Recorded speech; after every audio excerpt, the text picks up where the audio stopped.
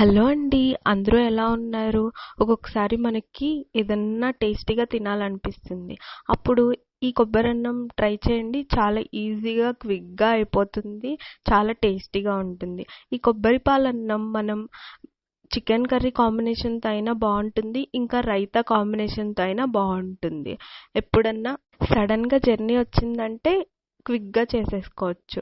ఈ కొబ్బరన్నంకి కావాల్సిన పదార్థాలు ఫస్ట్ ఆయిల్, ఇంకా కొంచెం ఘీ, టొమాటోస్, ఉల్లిపాయలు, పచ్చిమిర్చి, కొత్తిమీర, కొంచెం గరం మసాలా, ఇంకా అల్లం వెల్లుల్లి పేస్ట్, కొంచెం చికెన్ మసాలా. దీనికి ఫస్ట్ మనం ఏం చేయాలంటే బియ్యాన్ని 2 టైమ్స్ నీట్‌గా వాష్ చేసి హాఫ్ అన్ అవర్ పాటు నానబెట్టుకోవాలి. అప్పుడు అన్నం ముద్దగా అవ్వకుండా పొలుగ్గా ఉంటుంది. ఆ తర్వాత కొబ్బరి ముక్కల్ని చిన్న చిన్నగా కట్ చేసి మిక్సీ జార్‌లో వేసుకోవాలి. దీన్ని ఫైన్ పేస్ట్ చేసుకోవాలండి. కొంచెం కొంచెం వాటర్ వేసుకుంటూ చేసుకోవాలి. మంచిగా కొంచెం గ్రేవీ టైప్ వచ్చేలాగా చేసుకోవాలి. అప్పుడే కొంచెం కొబ్బరి పాలు బాగా కిందకి దిగుతాయి. ఇలా ముక్కలు మిక్సీ జార్లో వేసి మిక్సీ చేసేసుకుందాం. ఇలా మిక్సీ చేసేసుకున్న తర్వాత ఇలా పేస్ట్ రెడీ అవుతుందండి. గట్టిగా ఉండకూడదు, కొంచెం వాటర్గా ఉంటేనే కిందకి పాలు దిగుతాయి. ఆ తర్వాత ఒక గిన్నెలోకి ఒక క్లాత్ వేసుకుని ఆ క్లాత్లో ఈ పేస్ట్ని వేసేద్దాం.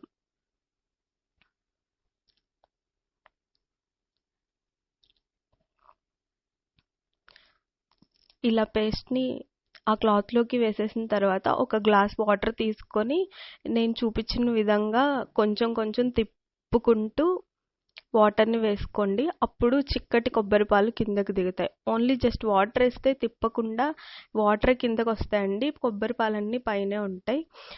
ఇలాగా వాటర్ వేసి కలుపుతూ ఉండాలి. ఒక 2 మినిట్స్ ఇలా కలిపిన తర్వాత వాటర్ అన్ని కిందకు దిగుతాయి.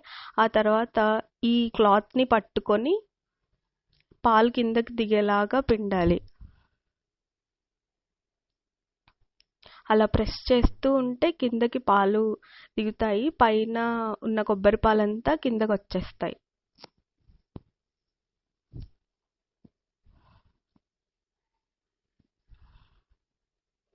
ఇలా చిక్కటి పాలు తయారవుతాయండి. కొంచెం శ్రమ అనుకోకుండా ఈ కొబ్బరి పాలు రెడీ చేసుకుంటే ఈ రెసిపీ అంతా చాలా సింపుల్గా ఉంటుంది.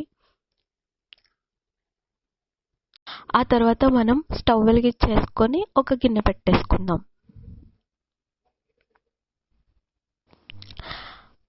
గిన్నె హీట్ అయ్యాక దానిలో ఒక 2 to 3 టీ స్పూన్స్ ఆయిల్ వేసుకుందామండి. ఆయిల్తో పాటు దీనిలో ఘీ వేసుకుంటే కూడా టేస్ట్ చాలా బాగుంటుంది. అందుకని నేను ఒక 2 టీ స్పూన్స్ ఘీ వేసుకున్నాను. ఈ రెండు హీట్ అయ్యాక హోల్ గరం మసాలా వేసేద్దాం.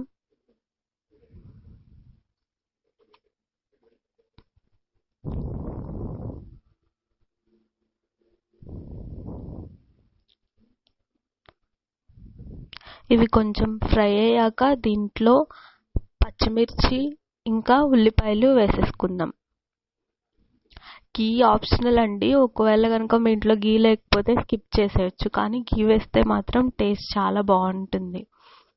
ఈ ఆనియన్స్ని గోల్డెన్ బ్రౌన్ వచ్చేంత వరకు ఫ్రై చేసుకోవాలి, లేకపోతే కొబ్బరి పాలన్నం తీపి వచ్చేస్తుంది. ఈ ఆనియన్స్ గోల్డెన్ బ్రౌన్ కలర్ వచ్చాక దీంట్లో అల్లం వెల్లుల్లి పేస్ట్ యాడ్ చేయాలి.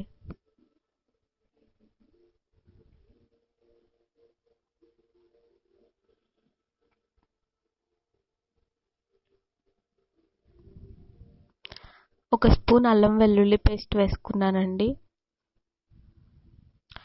అల్లం వెల్లుల్లి పేస్ట్లోని పచ్చివాసన పోయేంత వరకు ఫ్రై చేసుకోవాలి.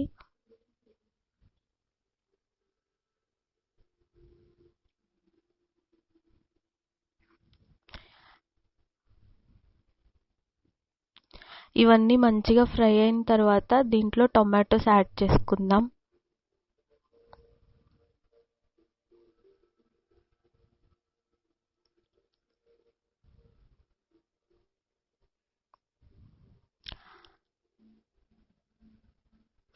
ఈ కొబ్బరి పాలన్నంలో మనం కారం కానీ పసుపు కానీ వేయమండి, అంత టేస్ట్ బాగుండదు. ఇలాగా ప్లెయిన్గా ఉంటేనే బాగుంటుంది. సో నేను కొంచెం గరం మసాలా అండ్ కొంచెం చికెన్ మసాలా వేసాను. ఎక్కువ వేయలేదు, ఒక 1/2 టీ స్పూన్ వేసాను అంతే. ఇది కొంచెం ఫ్రై అయిన తర్వాత దీంట్లో కొబ్బరి పాలు వేసుకోవాలి. ఒక గ్లాస్ బియ్యానికి 1.5 గ్లాస్ వాటర్ పోసుకోవాలి. అలా నేను 3 గ్లాసెస్ రైస్ తీసుకున్నాను. నేను 4.5 గ్లాసెస్ కొబ్బరి పాలు వేసుకున్నాను. మీకు కనుక కొబ్బరి పాలు కొంచెం తక్కువ ఉంది అని అనిపిస్తే కొంచెం వాటర్ యాడ్ చేసి వేసేసుకోవచ్చు. నాకు 4 గ్లాసెస్ కొబ్బరి పాలు వచ్చినాయి. ఇంకా 1/2 గ్లాస్ నేను వాటర్ యాడ్ చేసుకున్నాను.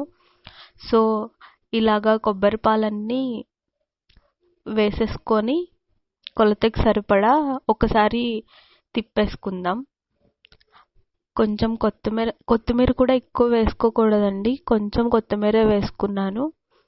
కొబ్బరి పాలలో పుదీనా వేస్తే అంత టేస్ట్ తెలియదండి, బిర్యానీ లానే అనిపిస్తుంది. నేను ఒకసారి ట్రై చేశాను, సో నేను పుదీనా వేసుకోవట్లేదు. సాల్ట్ వేసి ఒకసారి తిప్పేసి మూత పెట్టేసేద్దాం.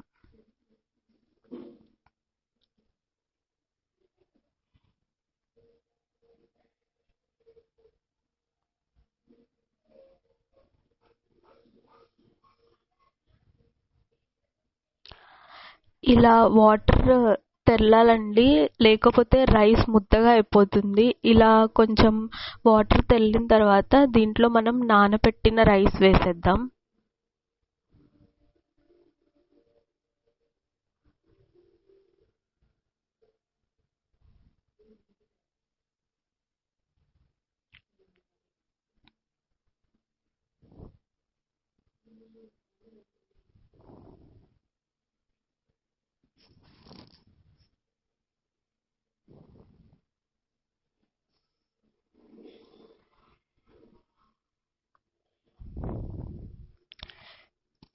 ఈ రైస్ వేసిన తర్వాత ఒకసారి తిప్పి సాల్ట్ చెక్ చేసుకోండి. కొంచెం ఉప్పగా ఉంటే ఉడికిన తర్వాత కొబ్బరి పాలన్నం టేస్ట్ సాల్ట్ కరెక్ట్గా సరిపోతుంది.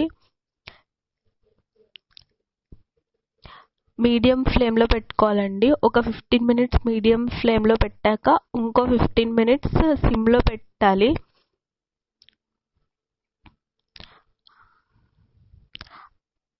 ఆ తర్వాత స్టవ్ ఆఫ్ చేసి ఓపెన్ చేస్తే కొబ్బరి పాలన్నం రెడీ అవుతుంది.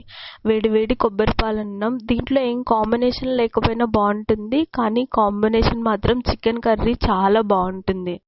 మీకు కనుక ఈ వీడియో నచ్చినట్లయితే లైక్ చేయండి, షేర్ చేయండి, సబ్స్క్రైబ్ చేయండి.